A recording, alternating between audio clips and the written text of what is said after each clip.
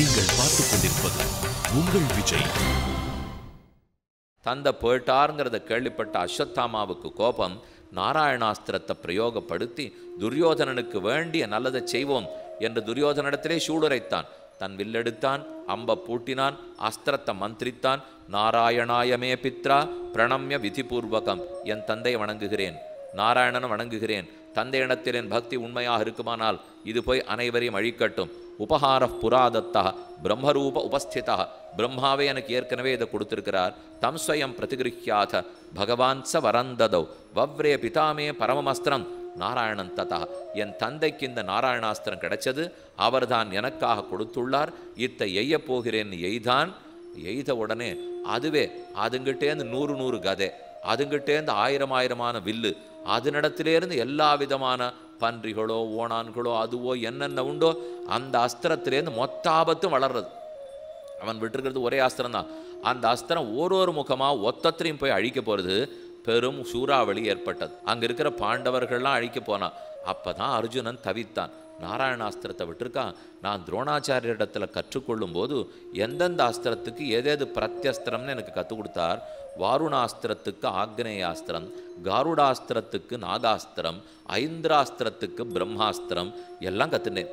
நாராயணாஸ்திரத்துக்கு எது பிரத்யஸ்திரம்னு எனக்கு அவர் கத்தே கொடுக்கலையே என்று அர்ஜுனன் கண்ணடத்தில் சொன்னான். கண்ணன் சிரிச்சுட்டே கேட்டார், நீ தானே கீதை கேட்டையோ இல்லையோ, என்ன தெரிஞ்சுட்டேன்னார். இல்லை மத்த பரதரன்னான்யது கிஞ்சித் அஸ்தி தனஞ்சயான்னு ஸ்லோகம், எனக்கு சமமானவனோ மேம்பட்டவனோ கிடையாதுன்னு ஸ்லோகம் இல்லையோ. அதை சொல்லிட்டு கண்ணன் சொல்கிறார், அப்படின்னா எனக்கும் சமம் கிடையாது, எனக்கும் பிரதி கிடையாது, என் அஸ்திரத்துக்கும் பிரதி கிடையாது. எனக்காரான எதிராளி இருந்தானே என் அஸ்திரத்துக்கு எதிராளி இருக்க. இது உன்னை விடாமல் உன்னை அழிக்காமல் விடாத அர்ஜுனா நடுங்கினா அர்ஜுனன். அப்போ அவ்வளோதானா, இத்தனை பண்ணிவிட்டு இன்னையோட நான் போயிட்டேன், நான் அதுக்காக இந்த பாடுபட்டேன், இன்னையோட நீ போகிறதுக்கு நான் இவ்வளவு பாடுபட்டிருக்க வேண்டாமே. ஒன்று செய், கவச்சத்தை கழட்டு, காண்டீபத்தை கீழே வை, தேர்லேருந்து கீழே இறங்கு. கிடுகிடுன்னு சொன்னபடி செஞ்சுட்டான். ஆறாரெல்லாம் தப்பிக்கணும்னு ஆசை இருக்கோ மொத்த பேரும் தேர்லேருந்து கீழே இறங்குங்கோ. இறங்கிவிட்டான். தேரில் இருப்பவனையோ கவச்சம் தரித்திருப்பவனையோ வில்ல பிடிச்சுருக்கிறவனையோ தான் நாராயணாஸ்திரம் அழிக்கும். அதுலேருந்து இறங்கி விட்டு கையை கூப்பிட்டோம்னால் நாராயணாஸ்திரம் ஒன்றுமே பண்ணாது போயிடும். இதை வச்சுன்னு தான் அஞ்சலி வைபவங்கிற நூலையே வேதாந்த தேசிகன் சாதித்தார். பகவான் அஸ்திர பிரயோகம் பண்ணுறாருன்னா நிகிரகிக்கிறார், நமக்கு தண்டனை கொடுக்க வராருன்னு அர்த்தம். அப்படி கொடுக்க வச்சே நம்மகிட்ட என்ன பிரத்யஸ்தம் இருக்குது. அவர் நம்மளுக்கு தண்டனைக்கு வரார். பாப்பா நம்ம பண்ணியிருக்கோம், சந்தேகம் இல்லை, அதுக்கு தண்டனை கொடுக்கறதுக்கு வரார். அப்போ நாம் எப்படி அவரை எதிர்க்கணும்னால் அஞ்சலி கைகூப்பிட்டா இதுதான் பெரிய அஸ்திரமா. இந்த உண்மை விபீஷணன் தெரிஞ்சு வச்சிருந்தான்.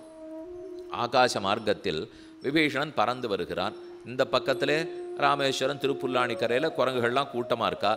அவன் வர்றவனை சுக்ரீவன் தான் முதல்ல பார்த்தான்.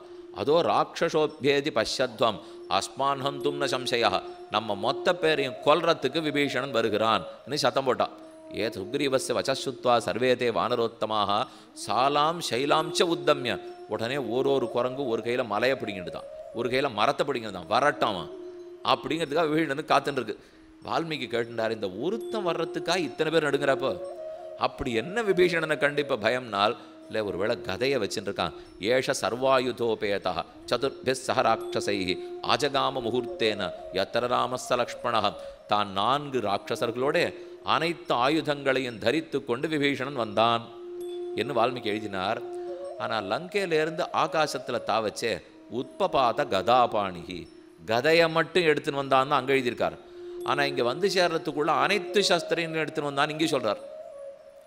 வழியில் யாரானு கடை வச்சுருந்தாளா, இறங்கி ஆயுதச்சாலையில் போய் எனக்கு இந்த ஆயுதம் கொண்டா அந்த ஆயுதம் கொண்டான்னு கடல் வழியில் எதுவுமே கிடையாது. அதனால ஏதோ ஒன்று நடந்திருக்குன்னா குறுக்கே, வேற ஒன்றும் இல்லை. சுக்ரீவன் பார்த்து சொல்கிறானா, கதையை இப்படி பிடிச்சின்னு வந்திருந்தா பயப்பட்டிருக்க மாட்டேன், கதை இப்படி பிடிச்சின்னு வந்திருந்தாலும் பயப்பட்டிருக்க மாட்டேன். விபீஷணனுக்கு யாரோ ராமனை பற்றின மர்மத்தை சொல்லி கொடுத்துருக்கா. கையை கூப்பினுட்டு கூப்பின கைகளுக்கு நடுவில் கதையை வச்சுன்னு வந்தானோ. இப்படி கையை கூப்பினுட்டான், இதுக்கு நடுவில் கதையை எப்படி வச்சுன்னு வந்திருக்கா. இதை பார்த்த உடனே எங்கள் ராமன் உருகி தோத்துடுவரே, நான் என்ன பண்ணுவேன். ராமன் கதையாக எடுத்துன்னு வந்தால் ஜெயிச்சிருவார்.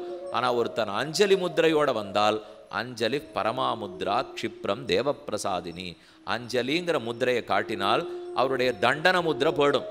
அவர் தண்டனேன்னு வரச்சே நம்ம கிட்ட இருக்கிற எதிர் அஸ்திரம் என்ன தெரியுமோ, நாராயணாஸ்திரத்தை பெருமாள் விட்டுட்டால் அஞ்சலி அஸ்திரம், அஞ்சலிங்கிற அஸ்திரத்தை எய்தால் அஞ்சலி ஹஸ்தத்தை காட்டினா அவர் உருகிடுவாராம். என்னும் எழுத்து பகவானை குறிக்கும். அகாரார்த்தோ விஷ்ணு. ஆங்கிறது பெருமான சொல்கிற எழுத்து. அம் ரெண்டாவது வேற்றுமை த்விதீயா விபத்தி. அம் அகாரவாச்சனான பரமாத்மாவை விஷ்ணுவை. அ விஷ்ணு.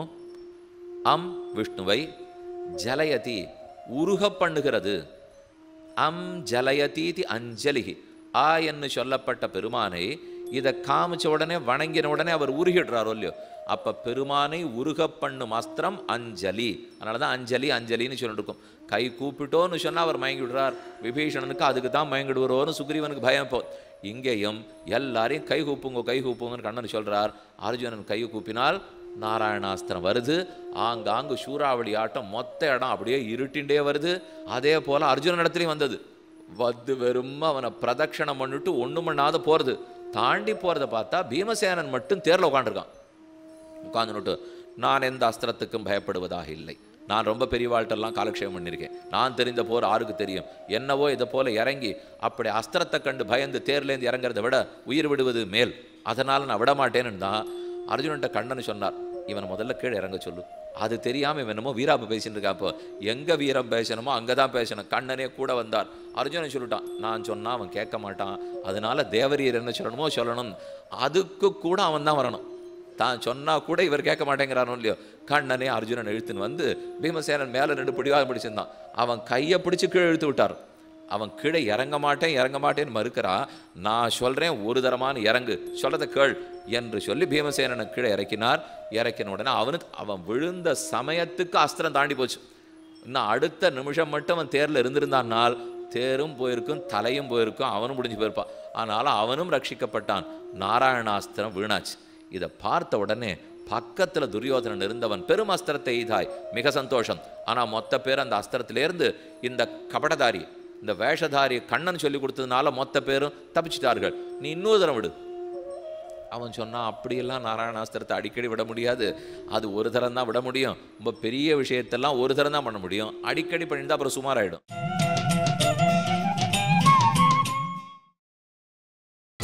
நீங்கள் பார்த்துக் கொண்டிருப்பது உங்கள் விஜய். அனைவரும் நாராயணாஸ்திரத்தை வணங்கினார்கள். பிராதுச்சக்கரே ததோ திரௌணிகி அஸ்திரம் நாராயணன் ததா அபிசந்தாய பாண்டூனாம் பாஞ்சாலானாஞ்ச வாகினிம் பிராதுராசன்ஸ்ததோ பாணாக தீப்தாக்ராக்கே சஹசிரஷாக. அது ஏற்படுத்தின நாசம் அனைவருமே அழைஞ்சு போயிருப்பார்கள்னு பயந்தார்கள். நல்ல வேளை கண்ணன் கூறியபடிக்கு அனைவரும் கைகூப்ப. ஆனால் பீமசேனன் மட்டும் எதிர்க்கு நிற்க பீமசேனனை கைபிடித்து கண்ணன் இழுத்து விட்டார். அந்த அஸ்திரம் முடிஞ்சது. 2வது தடவை எய்ய முடியாது. அப்போ வேற ஏதானும் அஸ்திரத்தை எய்யலாமே அப்படின்னு அர்ஜுனன் சொல்ல மறுபடியும் ஆக்னேயாஸ்திரத்தை பிரயோகம் பண்ணான். அது இன்னும் பெரிய அஸ்திரம். அந்த அஸ்திரம் வந்து நாராயணாஸ்திரத்துக்கு ஒரு சிறப்பு, ஆக்னேயாஸ்திரத்துக்கு மற்றொரு சிறப்பு. ஏன்னா இது கைகூப்பினாலாம் போகாது, இது எதிர்த்தாத்தால் முடியும். ஆக்னேயாஸ்திர பிரயோகம் பண்ணால் கண்ணன் முன்னாடி உட்காண்டிருக்கார். அந்த அஸ்திரத்தினுடைய மொத்த சக்தியும் தான் வாங்கிண்டார். வாங்கி கொண்டு ஏதும் அர்ஜுனனை ஒன்றும் பண்ணாத முடிக்கு ஆக்கிவிட்டு மொத்தம் அந்த அஸ்திரமும் வீணா போச்சு. இதை பார்த்த அஸ்வத்தாமாவுக்கு ரொம்ப வருத்தம். நாராயணாஸ்திர பிரயோகம் பண்ணும் வீணா போச்சு, ஆக்னேயாஸ்திர பிரயோகம் பண்ணும் அதுவும் வீணா போச்சு. திருஷ்யாதிருஷ்ய நிகுணாக உத்திஷ்ய ஆச்சாரியநந்தனா சோபிமந்திர சரம் தீப்தம் விதூமமிவ பாவகம் சர்வத குரோதமாவிஷ்ய சிக்ஷேப பரவீரா. தான் எழுத 2 ஆயுதங்களும் வீணா போச்சே, என்னவா இருக்கும்னு ரொம்ப வருத்தத்தில் யுத்த பூமியே விட்டுட்டு வெளியில் நடந்துட்டான். அஸ்வத்தாமா போயிட்டு இருக்கிறச்சே வேதவியாசர் எதிர்த்து வந்தார். என்ன அஸ்வத்தாமா ரொம்ப வருத்தத்தோட வராப்பில் இருக்கே, இன்னைக்கு யுத்தத்தில் என்ன நடந்தது? நம் தகப்பனாரை வீணே கொன்று விட்டார்கள், அதை எதிர்த்து அழிக்கணுங்கிறதுக்காக நாராயணாஸ்திரத்தை பிரயோகம் பண்ணினேன், இல்லையாக்கி விட்டான் கண்ணன். ஆக்னேயாஸ்திரத்தை பிரயோகம் பண்ணினேன், அத்தையும் வீணாக்கி விட்டான். இது எதனால்? இந்த 2 அமோகமான பானங்களாச்சே, இதை எதிர்த்து யாரும் ஜெயித்ததே கிடையாதே என்று கேட்டான். அப்போ வியாசர் சொல்றார், யோசௌ நாராயணோ நாம பூர்வேஷாமபி பூர்வஜா ஆதிதேவோ ஜகநாத லோககர்த்தா ஸ்வயம் பிரபு ஆத்ய சர்வஸ்ய லோகஸ்ய அநாதி நிதனோச்சுத வியாகுர்வதே யஸ்ய தத்துவம் ஸ்ருதயோ சுனயஸ்ச முனயஸ்ச அத்தஹ அஜய்யஹ சர்வபூதைர் மனசாபி ஜகத்பதி. அனைத்து லோகத்துக்கும் பதி, ஜகத்துக்கு நாதன் கண்ணன். அந்த கண்ணனே அதர்மத்தை அழிப்பதற்காக தர்மத்தை நிலைநாட்டுவதற்காகத்தான் அவர்கள் பக்கல் உள்ளார். ஆகவே நீங்கள் என்ன அஸ்திரத்தை கொண்டு என்ன பிரயத்தனப்பட்டாலும் அது நடவாது. இந்த உண்மையை நீங்கள் தான் புரிந்து கொள்ள வேண்டும் என்று வியாசர் அஸ்வத்தாமாவுக்கு எடுத்துரைத்தார். ருத்ரம் ஈசானம் ரிஷபம் ஹரம் சம்பும் கபர்தினம் சேகிதானம் பராம்யோனிம் திஷ்டதோ கச்சதாச்சசா எம் பஷ்யத்தி பிராமணாக. பிராமணர்களெல்லாம் தேடி தேடி யாரை அடைவர்களோ அந்தந்த யோசிதானர்கள் யோகிகள் எல்லாரும் யாரால் உபாசனத்தாலோ தியானத்தாலோ நிதித்தியாசனத்தாலோ யாரை அடைய பார்ப்பார்களோ, யாருக்காக யாகமும் யஜ்யமும் செய்யப்பட்டு அந்த பலத்தை அவனமே கொடுக்கப்படுகிறதோ அப்பேற்பட்டவன் தான் லோகத்தை உஜ்ஜீவனம் அடைவிப்பதற்காக கண்ணனாக அவதரித்திருக்கிறார். அபச்சாரப்படுகிறீர்கள், மாற்றிக்கொள்ளுகள் பலமுறை சொல்லியாகிவிட்டது. ஆனால் நீங்கள் யாரும் கேட்டுக்கிறதாக இல்லை என்று வியாசர் சொன்னதோடே துரோண பர்வம் முற்று பெற்றது. கடைசி நாராயண அஸ்திர மோக்ஷ பர்வ அத்தோட துரோண பர்வம் முற்றிற்று. இனி துரோணாச்சாரியர் முடிந்தார், கர்ணன் சேனாபதி ஆகப் போகிறான். அடுத்த பர்வம் ஆரம்பத்தில் ரொம்ப ஆச்சரியமாக சாதிக்கிறார். நாராயணம் நமஸ்கிருத்திய நரஞ்சைவ நரோத்தமம் தேவீம் சரஸ்வதியும் வாச்சம் வியாசம் ததோஜயம் உதீரயேது ததோத்ரோணே ஹதே ராஜன் துரியோதன முகானுபாக. இப்படி துரியோதனனுக்காக ஒத்தொத்தரும் பண்ணி எல்லா ராஜாக்களும் பிராணம் படுத்து இனிமே என்ன பண்ணலாம்னு யோசித்தார்கள். கர்ணனுக்கு அபிஷேகம் செய்தார்கள். கண்ணன் சேனாபதியாகி பெரும் படையோடே புறப்பட்டான். ஹாஹா, 16வது நாள் சண்டை நடந்தது, போரலே ஜெயிக்க முடியல. 17வது நாள் பெரும் போர். சல்யனை தனக்கு சாரதியா வேணும்னு கேட்டான். சல்யனும் கர்ணனுக்கு சாரதியாக இருந்தான். ஆனால் கண்ணனுடைய அனுகிரகத்தால் அர்ஜுனன் கர்ணனை அழித்தான். அதோ அவன் தலை தரையில் உருண்டு விட்டது. விதியின் அனைவரும் அழுதார்கள். அதை பார்த்துட்டு தான் தோ திருத்தராஷ்டிரா உங்கள்கிட்ட சொல்லிட்டு போகலான்னு வந்தேனார் சஞ்சயன். அவர் ஆரம்பிக்கும் போதே கடைசியை சொல்லிட்டு வரும் இல்லையோ, ஏது நடந்ததோ அதுதான் இப்போ முதல் அத்தியாயமே. அப்போ வைசம்பாயனர் ஜனமேஜயன் மறுபடியும் கேட்டுக்கிறார், அது என்ன அந்த மாதிரி சட்டுன்னு 2 நாள் யுத்தத்தை முடிச்சுட்டீர், கர்ணன் என்ன செய்தான்னு கேட்டுக்கொள்ள வேண்டுமே. கர்ணம் சேனாபதியும் கிருத்வா கிருத கௌதுக மங்களாக பூஜயித்வா திஜஸ்ரேஷ்டான் ததிபாத்திர திதாட்சரைஹி. கர்ணனுக்கு சேனாபதியாக பட்டாபிஷேகம் செய்யப்பட்டது. அபிஷேகம் செய்து கொண்டு இன்று 16ஆம் நாள் போர். நான் அனைவரையும் சேர்த்து பாண்டவர்களை அழித்து விட போகிறேன். அஸ்வத்தாமா தான் கர்ணனை சேனாபதி ஆக்கலாம் அப்படின்னு பரிந்துரை செய்தார். ஏற்றுக்கொண்டார்கள். 16வது நாள் போர் தொடங்கித்து. மகர வியூகத்தை கௌரவர்கள் அமைக்க அர்த்தச்சந்திர வியூகத்தை பாண்டவர்கள் அமைத்தார்கள். யோகமாக்ஞாப்பிய சேனானாம் ஆதித்யே அபியுதித்தே ததா அகரோது கிம் மகாப்ராஜ்யா தன்மாம் ஆச்சக்ஷ சஞ்சய. சரி, இனி கர்ணன் எப்படி போரிட்டான் எனக்கு கூறு என்ன திருத்தராஷ்டிரன் சஞ்சயனிடத்தில் கேட்கிறார். பெரும் சண்டை, கர்ணனுக்கும் ஆராருக்கும் போர் நடந்தது. அந்த போரை பற்றி ரொம்ப ஆச்சரியமாக விசாரிச்சுன்னு சொல்கிறார். இன்று 16ஆம் நாள் சண்டை நடந்த போது முதலில் பீமசேனனுக்கும் அஸ்வத்தாமாவுக்கும் கடும் போர். 2 பேருக்கும் சமமான யுத்தம். இவனும் ஜெயிக்கல அவனும் ஜெயிக்கல. அதுக்கப்புறம் 2 பேரும் விலகி போட்டா. அர்ஜுனனுக்கும் அஸ்வத்தாமாவுக்கும் போர். அர்ஜுனன் அஸ்வத்தாமாவை ஜெயித்து விட்டான். சகதேவனுக்கும் துச்சாசனனுக்கும் போர். துச்சாசனனை சகதேவன் ஜெயித்து விட்டான். கர்ணனுக்கும் நகுலனுக்கும் போர். நகுலன் நன்னா தோல்வி கண்டு கர்ணன் தன் வில்லோட நுனிய நகுலனுடைய கழுத்தில் போட்டு இழுத்து, சிறு பயல்களெல்லாம் பெரியவர்களோடைய போரிட வரக்கூடாது, போனா போகிறது, என் தாய்க்கு பண்ணி கொடுத்த சத்தியத்தை ஞாபகம் வைத்து கொண்டு உன்னை கொல்லாமல் விடுகிறேன். என்னை எப்படியும் குந்தி தேவிக்கு 5 பிள்ளைகள் இருப்பான்னு அவன் சொன்னானோ இல்லையோ, ஒன்று நான் இருப்பேன், இல்லை அர்ஜுனன் இருப்பார், மற்ற 4 பேரையும் ஒரு நாளும் திருண்ட மாட்டேன். ஆகவே நகுலனை விடுத்தான். கர்ணனால் நகுலன் உயிர் பிழைத்து போனான். அடுத்து யுதிஷ்டிரனுக்கும் துரியோதனனுக்கும் பெரும் போர். அன்றைய போரில் துரியோதனன் பண்ணின குற்றமெல்லாம் யுதிஷ்டிரனுக்கு ஞாபகம் வருது. அப்போது பெரும் சண்டை மூல யுதிஷ்டிரனை பல அம்புகளால் துரியோதனன் அடிக்கிறான். ஆனாலும் தாங்கி கொண்டு யுதிஷ்டிரன் மேலும் போர் புரிந்தார். தம் நாமிருஷ்யத சங்குருத்தா ஹ்யவமானம் யுதிஷ்டிரா அபவித்ய தனுஷ்சின்னம் குரோத சம்ரக்தலோச்சனா. அதீத கோபத்தோடே தங்கிட்ட இருக்கிற சக்தி, தோமரம், ஈட்டி முதலான ஆயுதங்களை எடுத்து துரியோதனனை நைய புடைத்தார். ததோ துரியோதனோ ராஜா சக்திங் சிக்ஷேப பாரத. ஒத்தருக்கொத்தர் அன்னைக்கு நடந்த போரை பார்த்து, ஓ யுதிஷ்டிரன் என்ன வீரத்தோட என்னமா போர் புரிஞ்சிருக்கார் என்று கூற, கிட்டத்தட்ட யுதிஷ்டிரன் துரியோதனனை அழிக்கிற நிலைமைக்கே வந்துட்டார். அவனுக்கு ரத்தம் கக்க கீழே விட போகிறான். அந்த சமயம் பார்த்து ஆகாசத்திலிருந்து ஒரு வாக்கு வந்தது.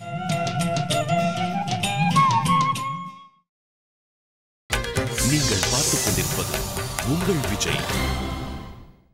கிட்டத்தட்ட யுதிஷ்டிரன் துரியோதனனை அழிக்கிற நிலைமைக்கே வந்துட்டார். அவனுக்கு ரத்தம் கக்க கீழே விட போகிறான்.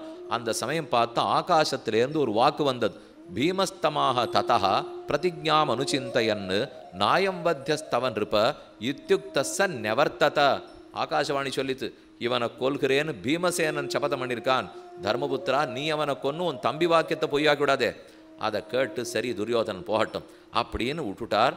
துரியோதனன் உயிர் பிழைத்து போனான். யுதிஷ்டிரன் அன்றைய போரில் பெரும் வெற்றி கண்டாருங்கிறது அன்னைய போர் சரித்திரம். அத்தோடே 16வது நாள் யுத்தம் முற்றிற்று. ராத்திரி சிபிரத்தில் அவரவர்கள் அமர்ந்து 16ஆம் நாள் ராத்திரி பேசின்னு இருக்கா. ஏனோ என்னால் இன்னைக்கு அவர்களை ஜெயிக்க முடியாமல் போயிற்று. கர்ணன் கூறுகிறான், யத்தோ தான் அப்ரவீத் ததः கர்ணः க்ருத்தः சர்ப்ப இவ ஸ்வசன் கரம் கரேண நிஷ்பீட்ய பிரேக்ஷமானஸ்தவாத்மஜம். மேலும் மேலும் தன்னுடைய கையை தானே பிசைந்து கொண்டு பற்களை நரநரான்னு கடிச்சுண்டு, ஏதோ என்னால் இன்னைக்கு அர்ஜுனனை அழிக்க முடியாத போச்சு. இன்றைய போர் பாருங்கள். 17வது நாள் போர் விடியட்டும்.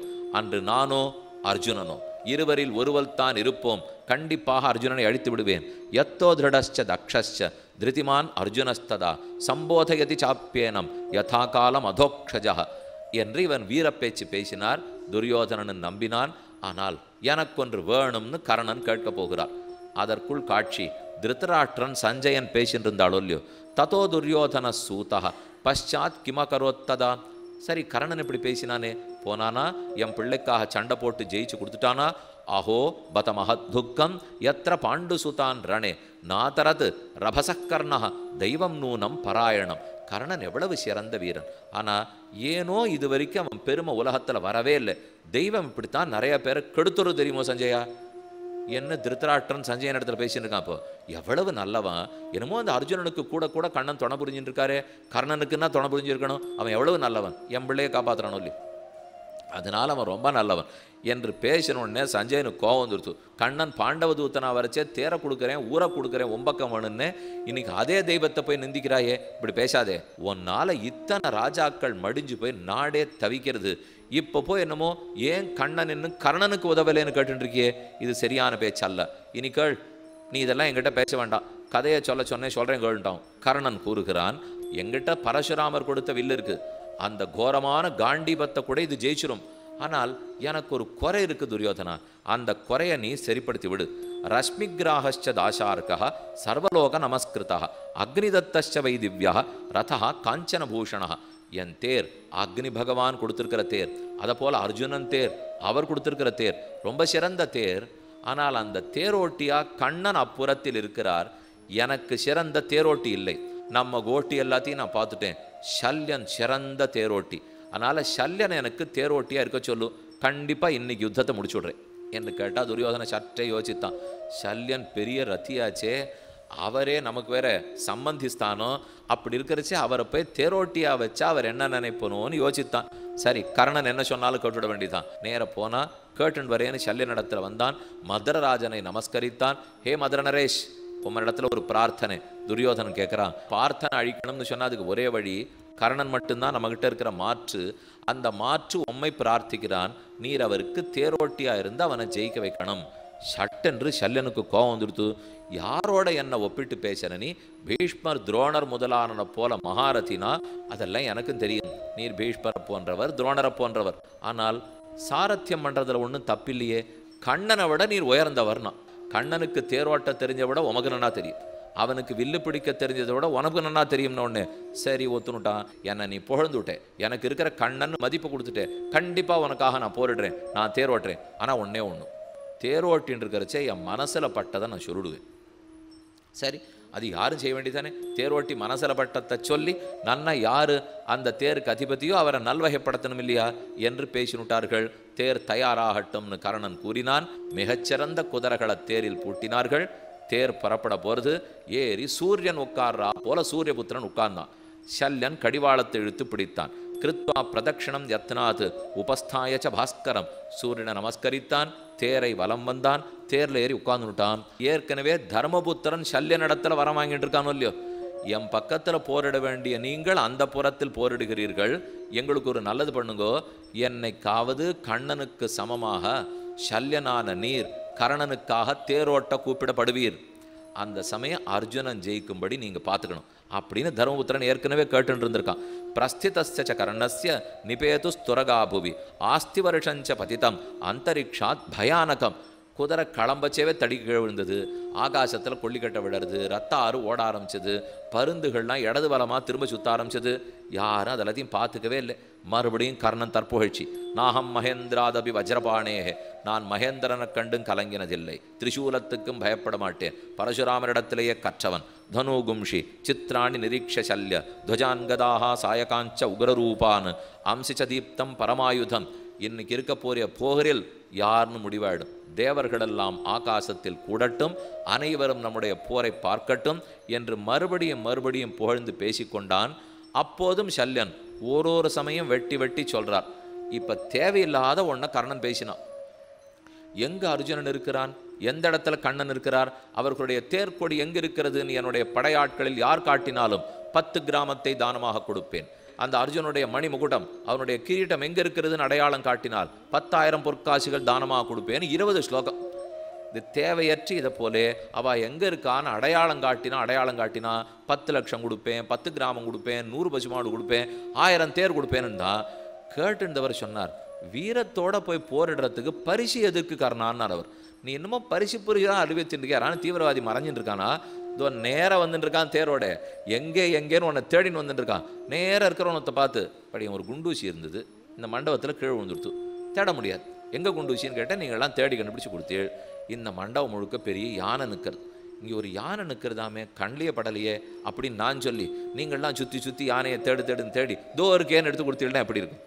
அதை போலத்தான் இருக்கு அவன் பேசுறது. இப்போ இந்த கண்ணுக்கு நேராக ஸ்வேதவாகனன் வந்துட்டு இருக்கான், வந்தவனும் உனக்கு தெரியல, அதுக்கு என்னமோ 10 கிராமம் கொடுக்குறேன், 100 தேர் கொடுக்குறேங்கிறியே, இதுல இருந்தே நீ வீண் பேச்சு பேசுகிறாய்னு தெரிகிறது. ததா சுவர்ண சிங்கீணாம் கோதேனூனாம் சதுஷதம் தத்யாம் தஸ்மை சவத்சானாம் யோமே ப்ரூயாத் தனஞ்சயம் மாசூதபுத்திர தானேன சவ்வர்ணம் ஹஸ்திஷங்கவம் பிரயச்ச புருஷாத்யாத்ய திரக்ஷசித்தம் தனஞ்சயம். நீ ஒன்றும் பரிசே கொடுக்க வேண்டாம், பேசாமரு தனஞ்சயனை பார்ப்பேனார் அவர். நீ ஒன்றுமே பிரயத்தனமே பட வேண்டாம், நீ வாயை பொத்தின்னு இருந்தாலே தோ வந்துட போகிறான், அவன் சத்தம் தனுஷ்டங்கார இப்போவே எனக்கு கேட்கிறது. இப்படி அவர் மறுபடியும் பேசின உடனே நீ நல்ல மித்திர ரூபத்தில் இருக்கிற சத்ரு அப்படின்னு கர்ணன் அப்போ தான் சொல்கிறான்.